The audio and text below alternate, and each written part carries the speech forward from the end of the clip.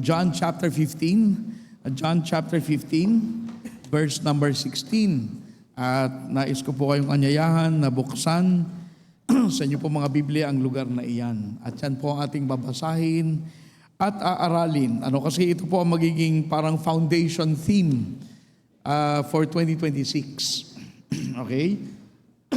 Tayo po ay tumayo. Let us all stand and let us read John 15, verse number 16.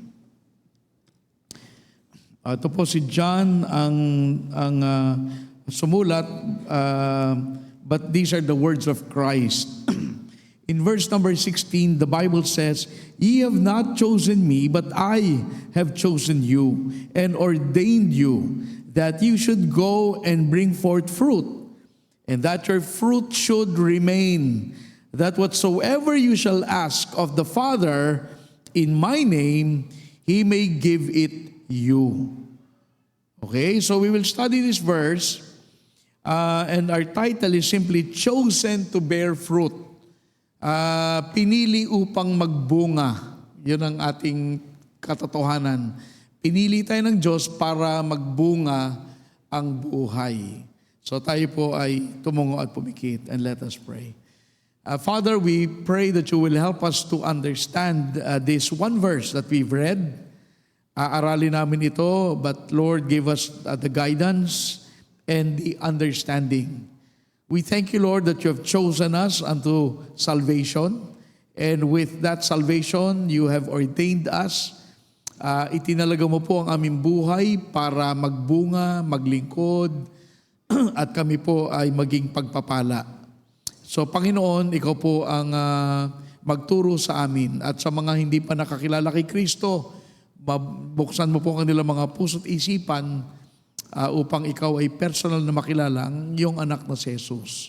At ito po ang aming samot dalangin sa pangalan ni Jesus. Amen. Salamat. You may be seated. Okay, chosen to bear fruit. Now, my first question this morning is this: do you know why God saved you?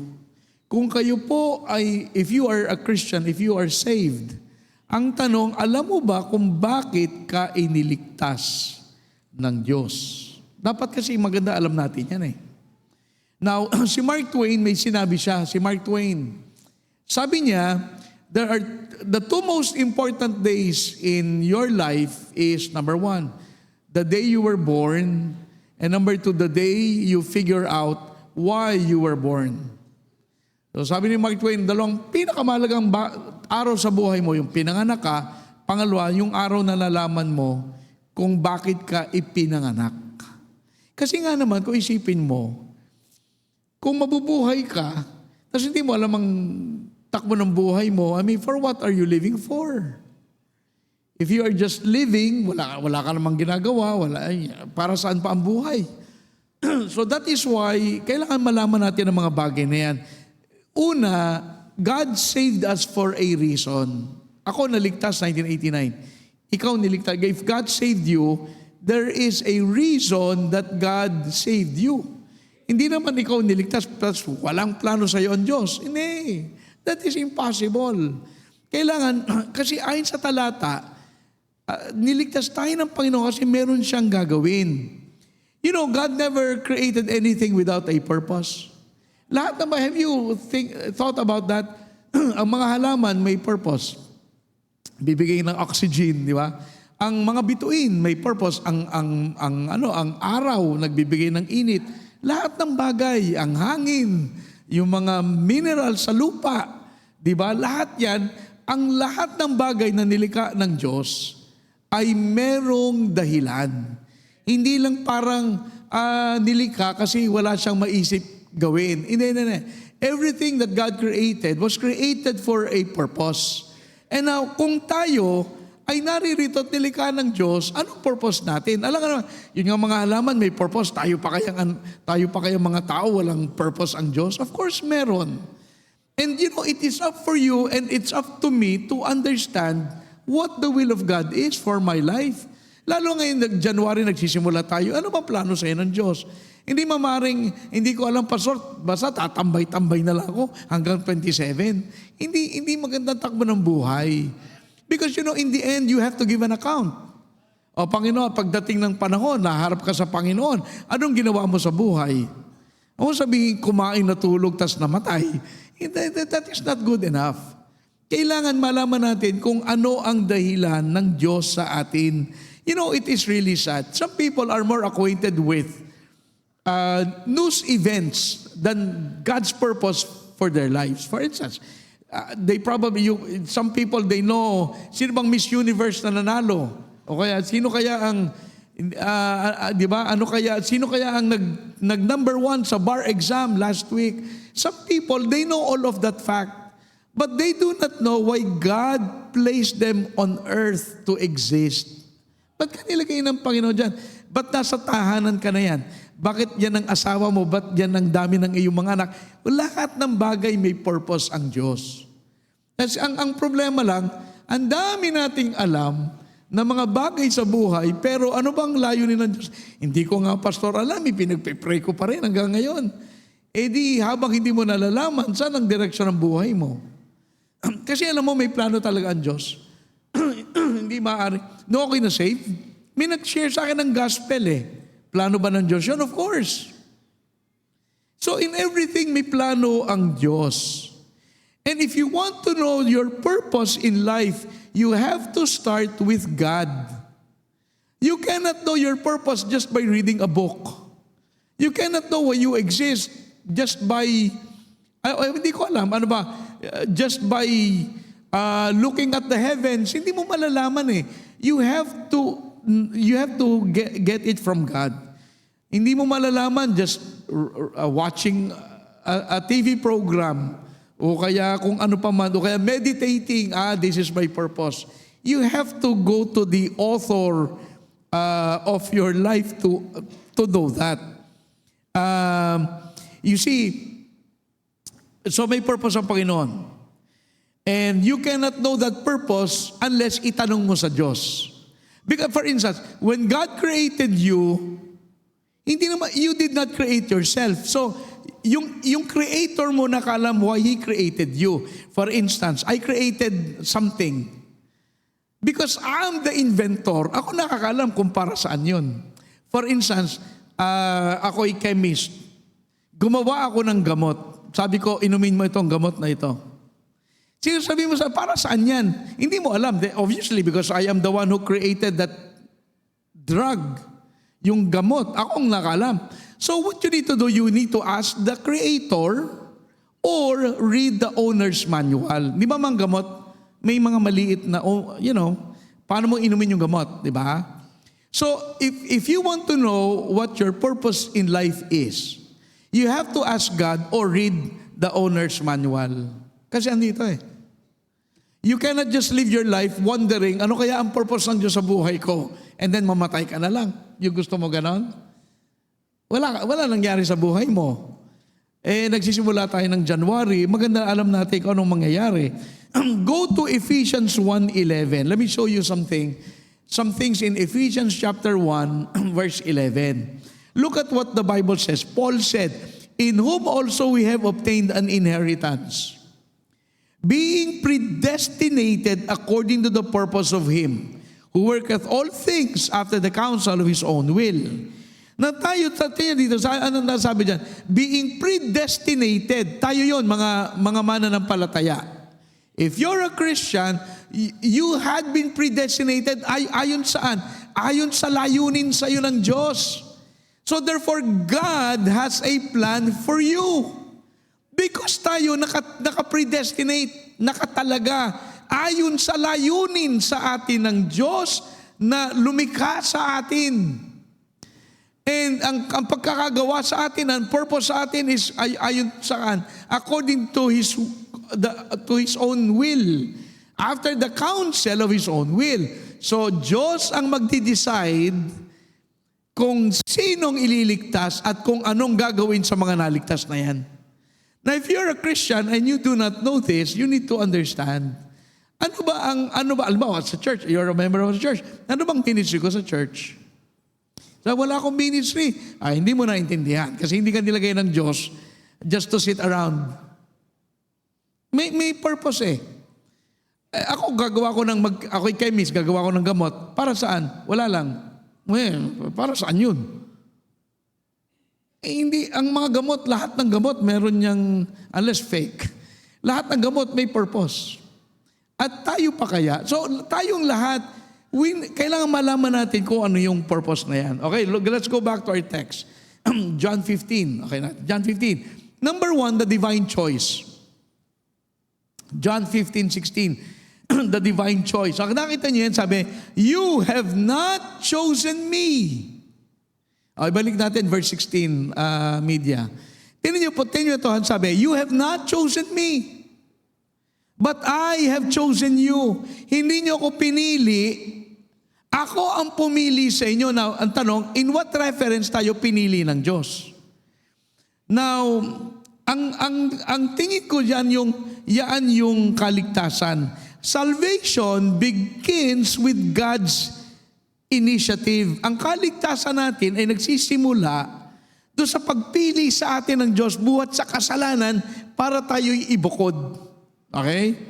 So ngayon, divine choice. So yung sinasabi dyan, ang plano ng Diyos sa atin magsisimula sa ating salvation. Listen, kung hindi ka ligtas, anong plano ng Diyos sa'yo? Wala sa Bible yun eh. Ang plano ng Diyos sa kanyang mga pinili. Kaya sabi niya sa talata, hindi niyo ako pinili, ako ang pumili sa inyo. You have not chosen me, but I have chosen you. Now, salvation begins with God. No? Hindi ito accidental, ay aksidente na nampalataya ka. Hindi. Kailangan maunawaan mo that your salvation is a divine choice. Sa 60 billion people na nabuhay simula kay Adan, we're up 60 billion thereabouts. Ngayon, 8 billion eh. So sa lahat ng tao na yun, may ililigtas ang Diyos. Doon magsisimula ang buhay natin. Kasi ayon sa talata, pipiliin ka and then what? Yung buhay mo, bibigyan ka ng purpose. So sabi niya, I have chosen you. So therefore, God made a choice para tayo ay piliin at iligtas. Now, yung ating pagkapili is without any human effort or merit. Pipiliin ko to kasi masipag ito na Kristiyano. Hindi lahat ng Kristiyano masipag. Hindi naman ang pagpili ng Diyos ayon sa merit or ito magaling. Ito magaling sa music. Kailangan ito sa music ministry sa Lucena. Ililigtas ko itong batang. Hindi ganun. So hindi tayo ang pumili, tayo ang pinili. God was the one actively choosing, we were just simply passive. Tayo ay nag-iintay, kumbaga napiliin tayo. Pero ganun ang ginawa ng Panginoon. Now, go to John 6:44. Tingnan ito mga talata. And maraming controversy sa mga talatang ito. Pero it is in the Bible. And look at John 6:44. 44, no man can come to me. Okay? Except the Father which hath sent me draw him, and I will raise him up at the last day. Walang tao ang lalapit sa Kanya, except ang Ama ay, dalhin siya sa anak. So in other words, diyan po natin, narinig niyo na yung word na election, ang Diyos pumipili talaga. At ang sabi niya, walang tao ang lalapit sa Diyos. Kasi hindi niya kayang gawin. Pangalawa, ayaw niya. So, kita niyo yan, ha? Walang tao ang magpipresenta, Panginoon, gusto kong maligtas. Wala eh. Kailangan kausapin ka muna ng Panginoon, piliin ka. Okay, look at Ephesians 1:4. Ephesians chapter 1 verse 4. Ang sabi niyan, according as He had chosen us in Him before the foundation of the world. So, pinili tayo bago pa nilikha ang daigdig. Wala pa si Eva at si Adan, tayo ay napili na. That we should be holy. Not because we are holy, but para tayo ay maging banal. Hindi sapagkat tayo banal. Ay pipiliin ko si ganito kasi banal ang tao na yan. Hindi. Pinili tayo para maging banal at walang dungis before Him in love. Okay, so sinasabi ko lang na ang kaligtasan hindi sa atin nagsimula. Pinili ko kasi, naintindihan ko kasi yung Bible study namin Ay nakita ko ako'y patungo sa impyerno makasalanan. Kaya ako'y nagpasya. Tinanggap ko si Kristo. Pero oo naman, siyempre meron tayong pagpili. Pero kasi pinili tayo ng Diyos, kaya naintindihan natin. Di ba? Alam mo, tama yun sa Ephesians 1:4, di ba? Tayo,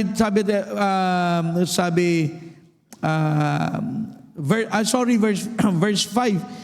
Tama sa verse 5, Ephesians 1:5. Having predestinated us unto the adoption of children.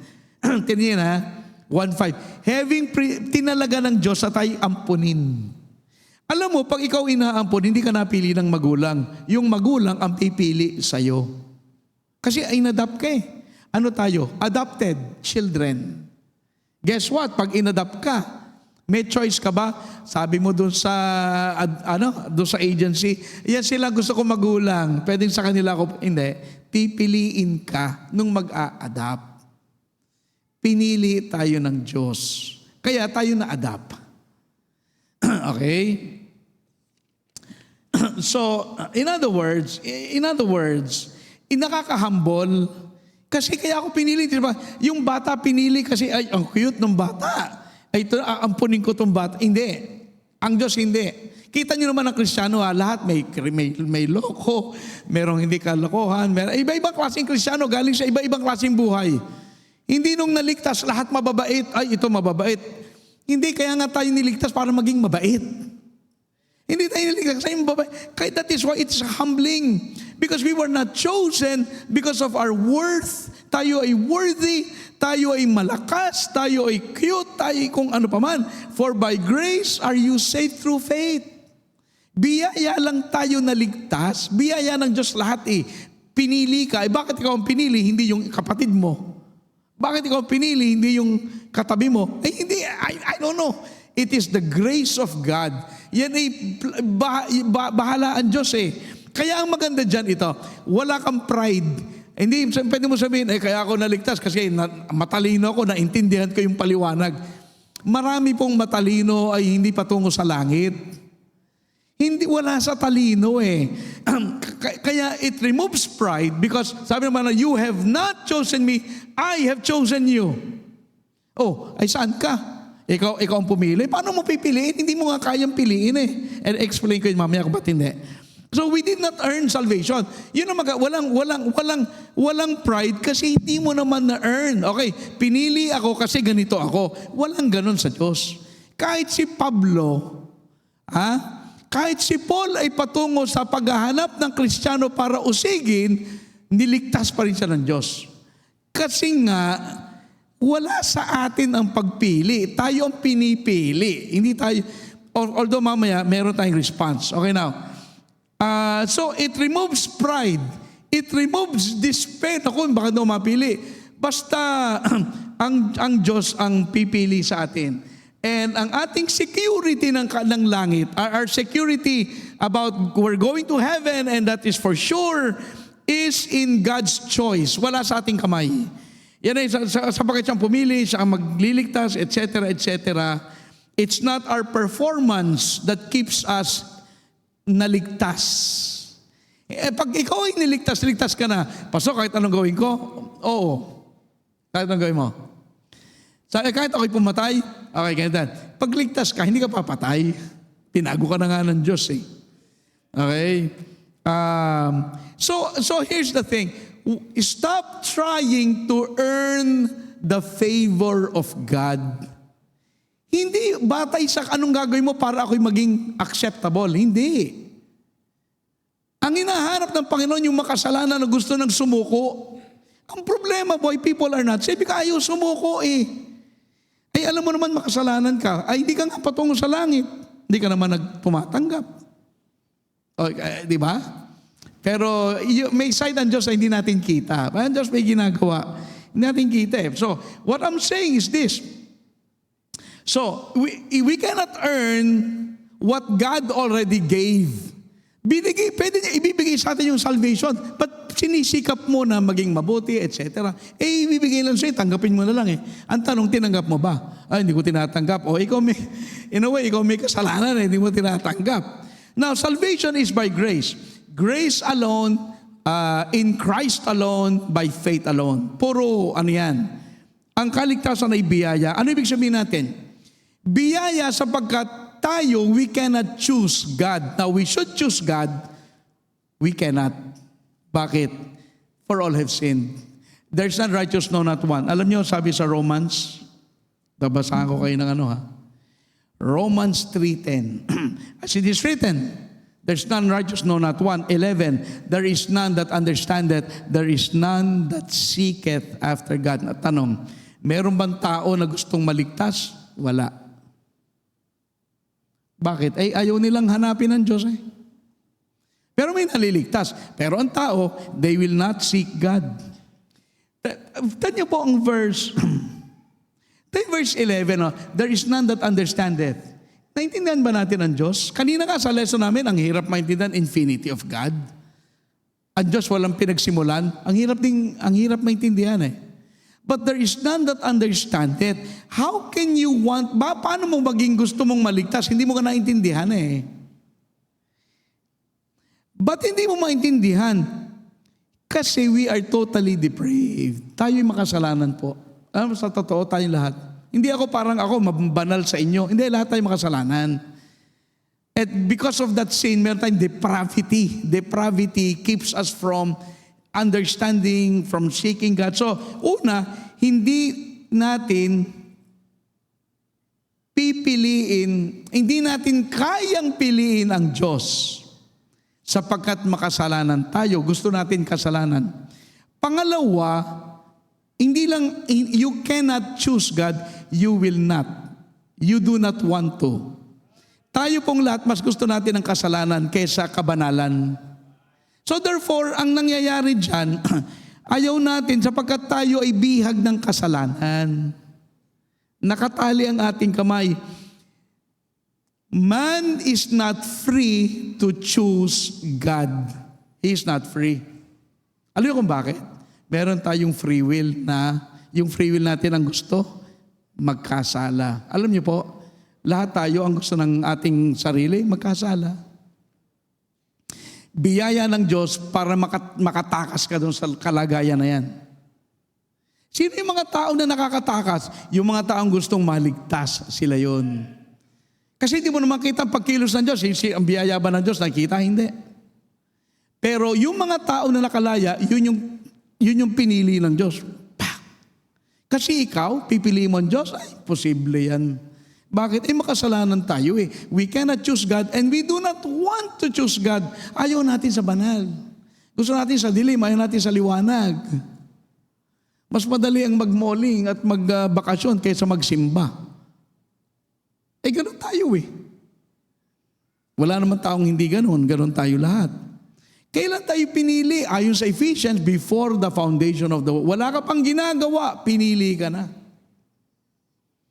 That's why, alam mo, ang kaligtasan natin, tiyak na tiyak. Walang kaduda-duda, talagang tayo'y maliligtas. Kasi yun ang purpose ng Panginoon. So, ang ating purpose as a Christian begins with being chosen to salvation. Ang plano ng Diyos sa buhay natin ay magsisimula sa araw na ikaw ay maligtas. Now listen, kayo pong hindi pa naligtas, anong plano ng Diyos sa inyo?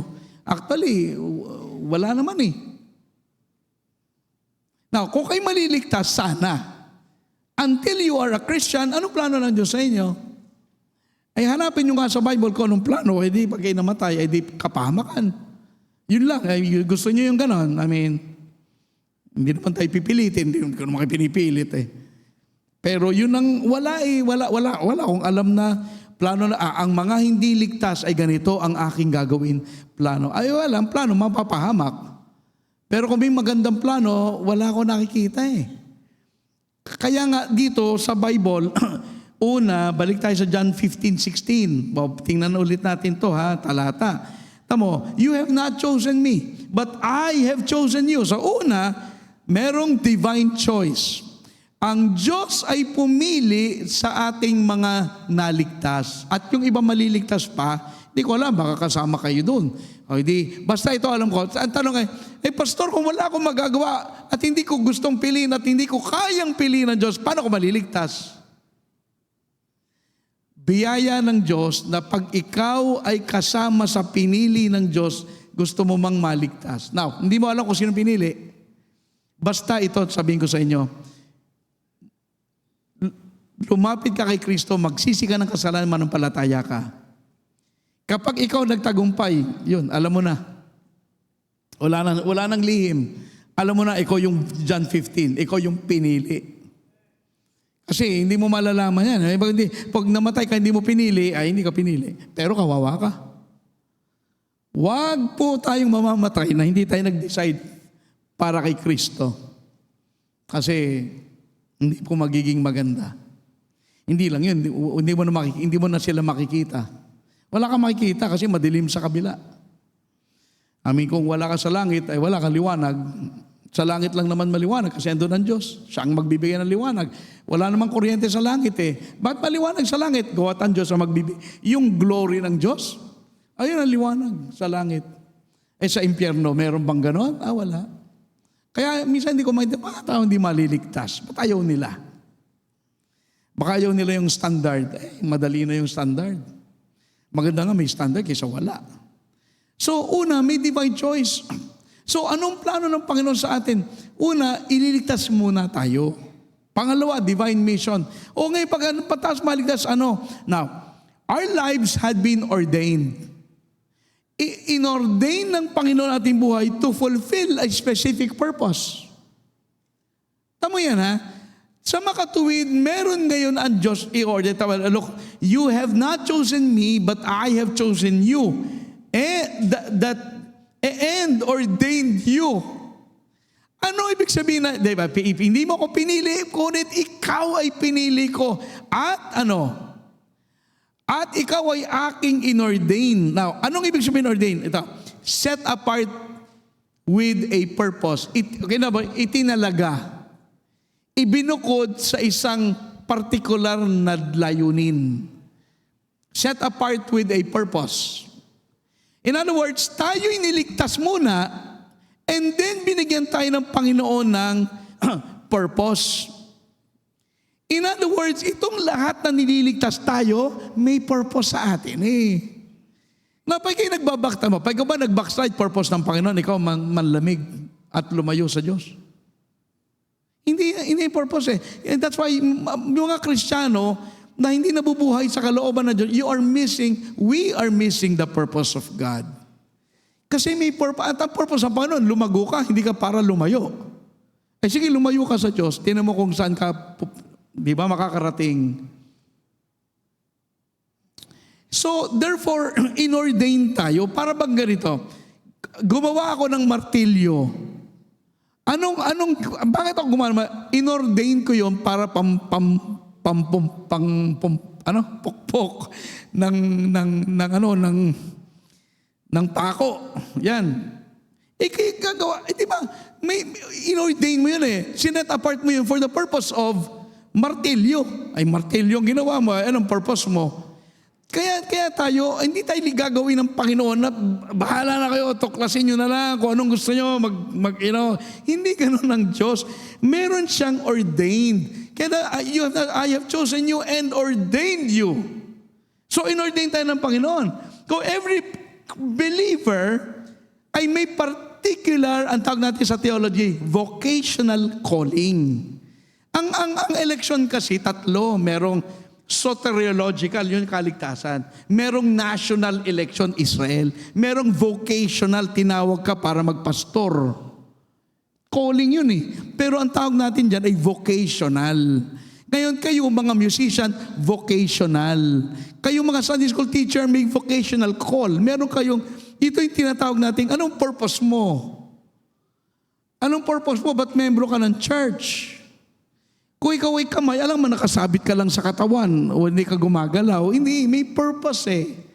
So ang Diyos inordain tayo nung tayo'y niligtas, sinet apart tayo for a particular purpose.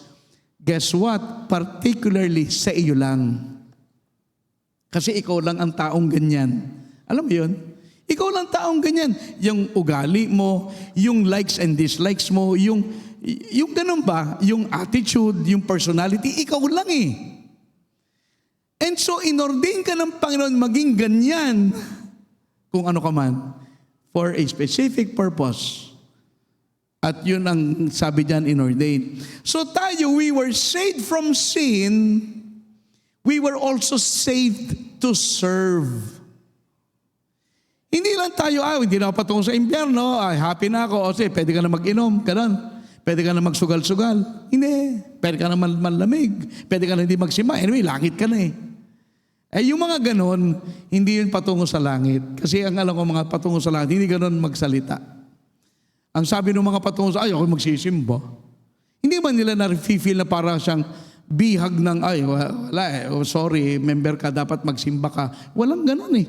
Sa mga tunay na anak ng Diyos, gusto nilang gawin yun. Diba? Gusto nilang gawin. Kasi ganun yun eh. Pag save ka, you will understand.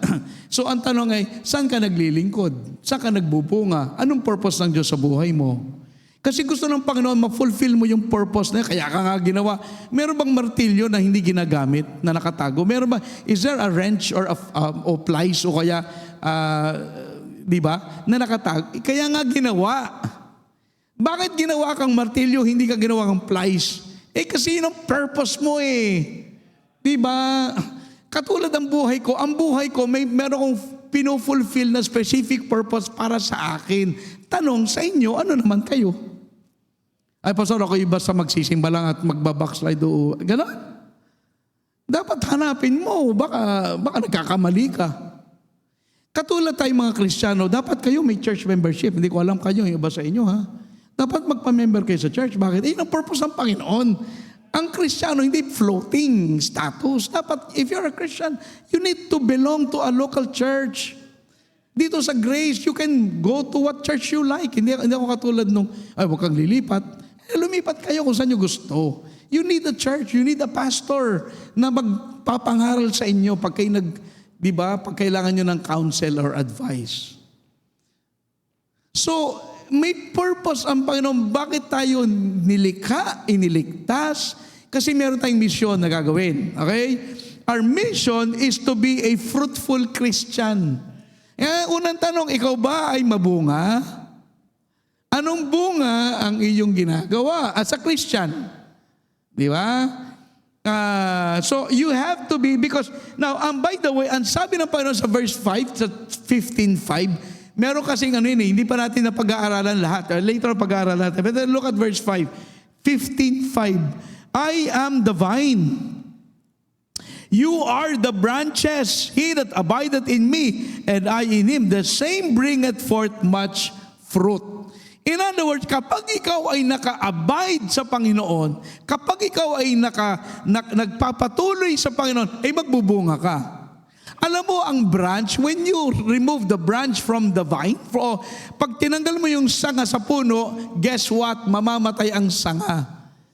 Now, kay Kristiyano, hindi ka nakadikit sa puno, mamamatay ka. Wala kang Christian life, wala kang bunga, wala kang whatever.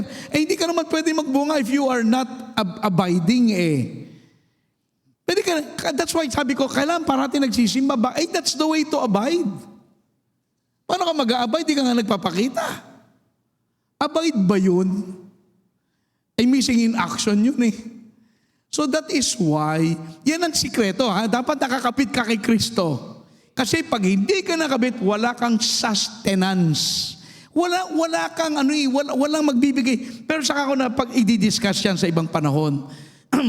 sabi ng Panginoon, except you abide, you can do for without me, you can do nothing.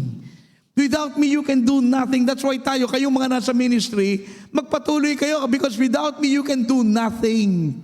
Huwag kang mag-ano sa Panginoon. Tumugtog ka lang. Wala ka sa gawain ng Panginoon. Anong glory ng Diyos? Wala. Kaya nga sayang yung mga musician na kumakanta lang sa mga hotel na magaganda. Kung ang boses nila ginagamit sa church, nakakapag-glorify sa Diyos.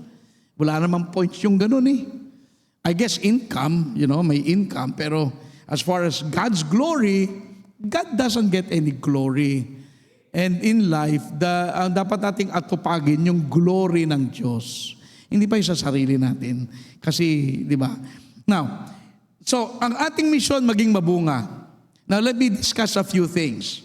Tayo ay hinubog ng Diyos. O makinig kayo ha. Hinubog tayo ng Diyos to fulfill that purpose na binigay sa atin. Halimbawa, gusto ng Diyos magkaroon tayo ng music ministry. Guess what? Magbibigay sa mga membro ng kakayanan to play music and to sing in the choir. Ganun ang Diyos eh. Kailangan ng teacher, ang Diyos, kaya ng Diyos. God added to the church daily. Diyos ang nagdadagdag, hindi man ako eh. So Diyos ay magdadagdag ayon sa... Pero itong mission natin, ano ang mission ng Kristiyano? Ika'y magbunga. Anong bunga meron ka na maihandog mo sa Diyos pag uwi mo sa langit? Di ba? Kasi ang buhay natin sa lupa, napakaiksi. Alam nyo, hindi na tayo mamatay. Alam niyo yan? Pag tayo namatay, hindi na tayo magpapatuloy tayo for all eternity, trillions and trillions and trillions of years. Sa lupa, 80 years.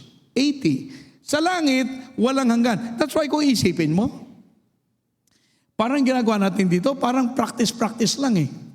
Umaawit ka dito, aawit ka sa langit, naglilingkod ka sa Diyos, ganoon din naman sa langit eh.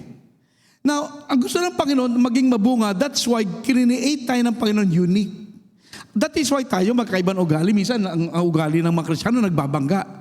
Unique tayo eh. Alam mo, by the way, yung ating pagkakaiba-iba, doon tayo tinuturuan ng Diyos na magturuan ng unity, ng love, pagpapatawad sa kapwa. That's why iba-iba tayo ng ugali. Minsan nagkakainitan. Ganun talaga. Pero kaya tayo binigyan ng ganon, kasi gagamitin na tayo ng Panginoon for a particular reason. Bakit? Di ba alam niyo ang martilyo? Iba-ibang klase, may bakal, may rubber. Nakakita na kayo martilyong rubber? Ang tigas ba? Pero rubber, hindi bakal. Di ba? Ang handle ng martilyo. Kasi iba-ibang purpose nun. Magkakaiba. Ang wrench ay magkakaibang size. Kasi magkakaibang size ng tornilyo eh. So, in other words, what I'm saying is we were created unique. Walang dalawang tao magkaparehas. Wala. Bakit? Kasi may iba-iba tayong layunin ng Diyos. That's why, alam mo yung ikaw, there will nobody be like you before or after you. Ikaw ay unique ka. Yang ikaw na yan, wala kang magiging katulad hanggang simula ng before or even after. So binigyan tayo ng Panginoon ng unique spiritual gift.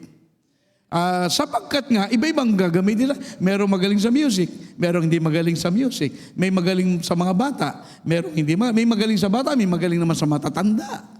May iba-iba ng kakayanan. May magaling sa pananalita, merong pag nagsalita, nakaka-offend. Marami, alam mo, ang Diyos ay marami. Pero yung ganun, iba naman ang binigay na gift. So we're all different. Bakit? To get things done. Kasi magkakaiba ang kailangan magawa. So, binigyan tayo ng magkakaibang kakayanan para yung lahat ng kailangan gawin. Imagine, lahat tayo ay choir. Sino makikinig? Paano tayo magkakasya? Di ba? Hindi lahat tayo pastor. Paano lahat tayo pastor? Di, gagaling natin. Ay, mali ka brad, ang doctrine mo mali. Ganito dapat. Hindi. Magkakaiba tayo. May nagkakamera, may nagmi-media. Di ba? May kumakanta, may sintonado. Hindi ko alam, siguro. Nung araw, meron eh. Pero iba-iba tayong we're different to get things done. Iba-ibang personality. May taong mahilig sa solo-solo. May taong gusto by group. Alam mo yung ganun eh. May abilities. May magaling sa math, may math teacher. May iba kahit anong gawin mong turo ng math, hindi magkaigi kasi hindi talaga pang math eh. Siguro pang science o kaya pang social studies. Ganyan ang teacher sa Christian school natin, magkakaiba rin ang subject. Iba-iba sila ng kakayanan, abilities, personality. That's why, alam nyo rin, magkakaiba ang ating experience. Napansin nyo? Ako, ibang experience ko. Ako na-save sa ibang bansa. Nag-aral ako sa ibang bansa. Kasi yun ang experience ko eh. Dadaling ko dito yun para tulungan ang gawain ng Diyos. Kayo ganun din. Iba sa inyo galing abroad. Iba sa inyo galing sa ganito pamilya. Galing sa magkakaiba. Iba sa inyo galing sa pamilya ng Kristiyano. Kristiyanong pamilya. So magkakaiba tayo. Bakit? Para yung ating misyon na binigay ng Diyos ay magawa natin. Kaya hindi tayo dapat nagkakainitan eh. Kasi yung ating kaibahan ay kailangan para magawa ang pinagagawa sa atin na magkakaiba din naman. Okay, so let me close. At ang panghuli ay dito, sabi dito, verse 16, you have not chosen me, but I have chosen you. Yan ay tingin ko, yan ay kaligtasan at tinutukoy.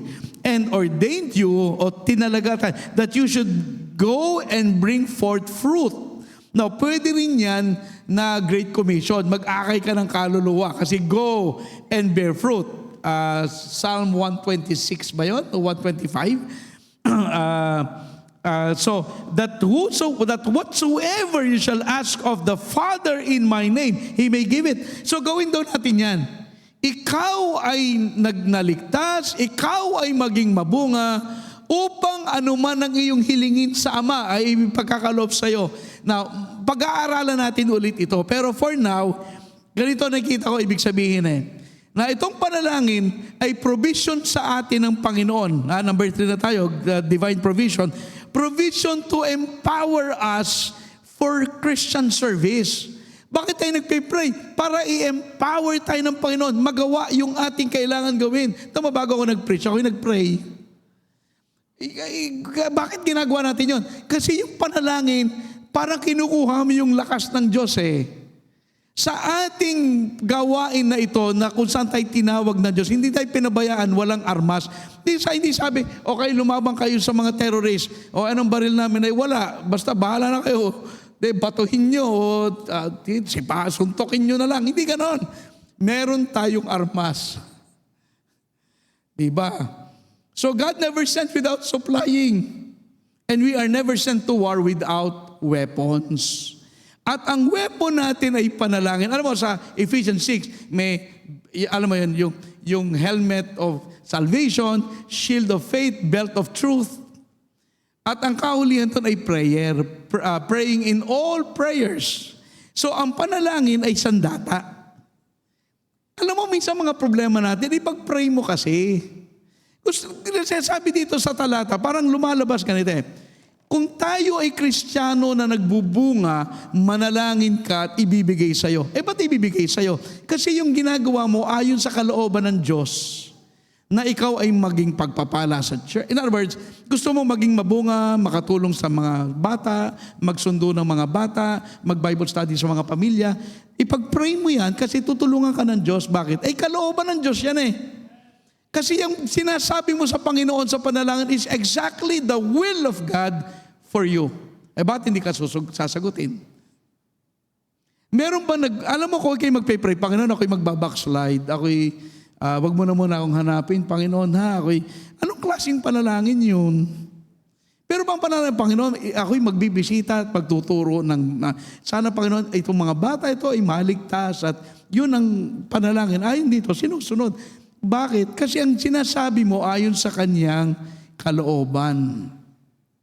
Okay? Tatin nyo sabi dito, whatsoever you shall ask of the Father in my name, He may give it you. Now, important, in my name. Ano yung in my name? Sa pangalan ni Jesus. In other words, you are making a request to God in the name of Christ. Ano ibig sabihin? Ayon sa kalooban ng Panginoon. According to the purpose of God in your life.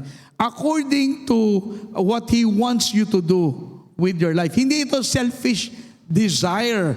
Panginoon, bigyan mo ako ng ganito mga bagay. Hindi. Pag ikaw ay nananalangin sa pangalan ni Jesus, dala mo yung pangalan yung kalooban ni Jesus, yung will ng Panginoong Jesus, yung purpose ng Panginoong Jesus. And therefore, when you ask things according to the will and purpose of God, of course, you will get what you ask for.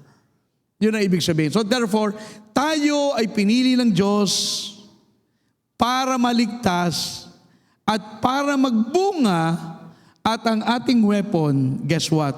Panalangin. Now, kaya tayo ay maraming prayer meeting. Kahit Sabado may prayer meeting tayo, kaya kayo'y a-attend. Ako ang nagturo kahapon sa mga ladies. Marami naman, 25. Pero, kaya tayo nagpe-pray. Gusto tayong tulungan ng Panginoon ma-fulfill ang ating mission. At when we pray, parang tinutulungan ba tayo ng Panginoon, mangyari yung kanyang, di ba? Because prayer will connect us to the divine resources na meron ang Diyos na pwedeng ibigay sa atin. So, in other words, isa pa, ba't tayo nagpe-pray? We need God's guidance. Kailangan po natin ang gabay ng Panginoon para tayo magbunga at lumago sa pananampalataya. Kasi guess what? Kung plano natin, ganito lang yan. Sabi ko Sunday school, if we rely on our plans, ganito lang yan. Make money, retire, die. Yun lang plano natin eh. Pagkain na kay Kristo, alam mo ang plano ng Diyos? Ang plano ng Diyos, ito, get saved, bear fruit, be a blessing. Magkaiba eh. Make money, retire, and die. Mas maganda yung plano ng Diyos eh. Get saved, be fruitful, be a blessing to other people. That's why this morning, my encouragement is this: do not waste your life. Kasi baka ang buhay mo, wala lang. I mean, you're just waiting for the rapture.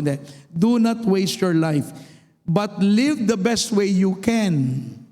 Ang buhay mo, gamitin mo the best you can, not for your parents, not for your children, not for your spouse, but for God. Ang buhay natin dapat the best buhay para sa Diyos. Bakit? Because you were put here for God. Nilagay ka dito ng Diyos para saan? Para sa Kanya, hindi para sa iyo. Hindi para sa mga anak mo. Number one, para sa Diyos. Bakit ka niligtas? To glorify God. So, anong glory binibigay mo? Anong bunga ang pinapakita mo sa buhay mo? You are chosen to bear fruit. Yan ang ating misyon eh. Panginoon, pagbungahin mo ako ngayong 2026. At dapat pinagpe-pray natin yan sapagkat gusto ng Diyos suportahan ang mga panalangin na kagaya niyan. Panginoon, gusto ko maging blessing sa marami. Yun ang gusto ng Diyos marinig na panalangin. Hindi yung panalangin, Panginoon, bigyan mo ako ng maraming pera. Bibili ako ng bagong sasakyan. Hindi. Ano ba yun? Bibigyan ka naman ng Panginoon. So, okay, let me close. Salvation is the beginning of God's plan sa buhay mo. Magsisimula ka sa kaligtasan. Now, kaligtasan. Now, naligtas ka na ba? Yan ang tanong eh. Kailangan kang maligtas. Kasi sabi ko nga kanina, alam mo bang may nagmamahal sa'yo? Tama, merong nagmamahal sa iyo na handang ibigay ang buhay niya para sa iyo. Kasi alam mo kung meron taong gano'n, kung meron taong gano'n sa akin, gusto kong makilala, sino kaya yung tao na yon? Di ba? Handang ibigay ang buhay para sa akin? Totoo ba yan? Oo, si Kristo binigay ang buhay para sa atin. Kaya alam mo, kung meron kang dapat pahalagahan, paglingkuran, pag-ukulan ng iyong buhay, walang iba kundi ang Diyos eh.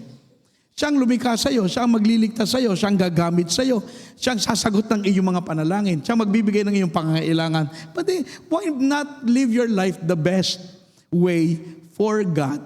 Anyway, you are here for Him. Andito tayo para sa Kanya eh. Hindi ako nandito para sa sarili ko. Kaya alam mo, kung meron taong ganyan, hindi mo gusto mo kayang makilala yung tao na gustong ibigay ang buhay sa iyo? Humanly speaking, kung may tao, sa mga kaibigan ko, hindi ko alam kung meron. Hindi ko natatanong eh. Hindi ko natatanong yung mga kaibigan ko, Pastor, ikaw ba kaya mo ibigay ang buhay mo sa akin? Nakatakot magtanong. Baka sabihin na, hindi ko alam. Hindi ko alam. Kaya walang iba kundi ang Panginoon. And that is why, una, kailangan tayo maligtas. Pangalawa, kailangan tayo magpagamit ng buhay. At pangatlo, manalangin tayo para mangyari yon. Okay? Let's all stand, tumay tayo lahat. Tayo po yung manalangin. Our heads are bowed, eyes are closed. Lahat po tayo nakapikit. Tayo po yung manalangin. Ngayong umaga, kung hindi mo alam ang purpose ng buhay mo, alamin mo ngayong umaga. Kung hindi ka pa naliligtas, magsisimula ang layunin ng Diyos sa buhay mo sa oras na isuko mo ang iyong kasalanan at tanggapin mo si Kristo bilang tagapagbayad ng mga kasalanan mo na nagawa. Kasi alam niyo po, ang kabayaran ng kasalanan ay kamatayan. Dapat tayong mamatay. Hindi lamang ang kamatayan, physical death, may spiritual death. Pagkahiwalay sa Diyos. Kung tayo ay mamamatay, wala si Kristo, mamamatay tayo ng hiwalay sa Diyos, hindi po yan lugar ng langit. Yan ay lugar sa kabila. And that is why number 1, dapat malaman mo na ikaw ay makasalanan, ngunit ang Diyos ay nagliligtas. Ang pangako ng Panginoon, kung sino man ang sa Kanya sasampalataya at tatalikod sa kasalanan, ay may buhay na walang hanggan.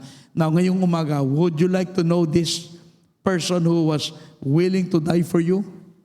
You know, would you like to meet and get to know this person who's willing to die for you? And let me say that Christ died on the cross. He already paid the penalty for our sins.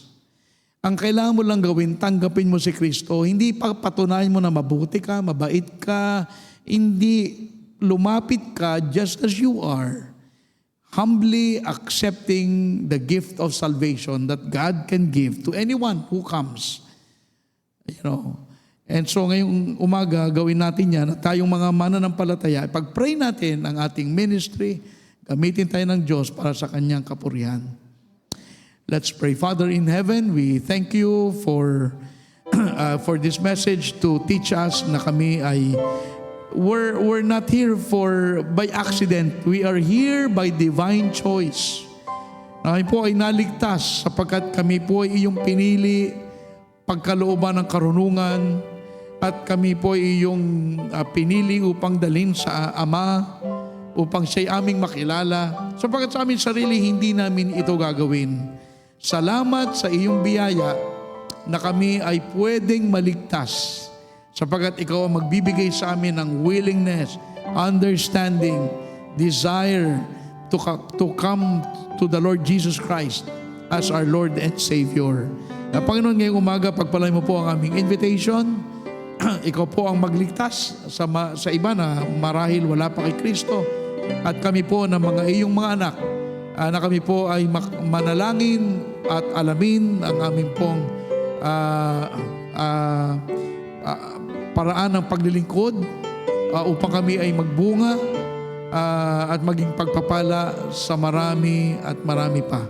Pagpalain mo po ang iyong mga salitang ito. Ito po ang aming samot dalangin sa pangalan ni Jesus. Habang lahat po yung nakatungo, nakapikit ngayong umaga, kung kayo po hindi pa naliligtas, wala pong pinakamagandang desisyon kundi ang tanggapin si Kristo sa puso, talikuran ng kasalanan, pagsisihan lahat ng ito, at magtiwala na ang kamatayan ni Kristo sa krus ng Kalbaryo ay sapat upang hindi mo na kailangan pagbayaran pa ang mga kasalanan na iyan. Christ died on the cross. He died on the cross to pay the penalty of our sins. If you are willing na bayaran ang utang na kasalanan mo na ginawa at gagawin pa hanggang ikaw mamatay, wala kang kailangan gawin kung hindi ang manampalataya kay Kristo, tanggapin mo siya sa puso bilang iyong tagapagbayad at tagapagligtas. Wala kang kailangan patunayan. Alam ng Diyos na tayo lahat ay makasalanan. Alam ng Diyos ang ating nagawa. Walang lingid sa kaalaman ng Diyos. God is all-knowing. Alam niya lahat eh. And that's why dapat ang gawin natin, isuko ang sarili, tanggapin si Kristo, at alamin ang layunin ng Diyos sa ating buhay. Sa ating mga manampalataya, ang tanong nalalaman mo ba ang layunin ng Diyos sa buhay mo? Sapagkat kailangan mong malaman. Kung di mo alam, manalangin ka, you come and pray. Alamin mo sa Panginoon kung ano ang kanyang plano sa iyong buhay. Hindi ka naman narito by accident. Pinili ka ng Diyos para maligtas. So anong layunin ng Diyos? Lahat ng bagay may layunin ng Diyos. May layunin sa kaligtasan mo. Alamin mo yan. Kung di mo alam, you need to find out. Habang lahat ay nakatungo, nakapikit, patuloy tayong manalangin.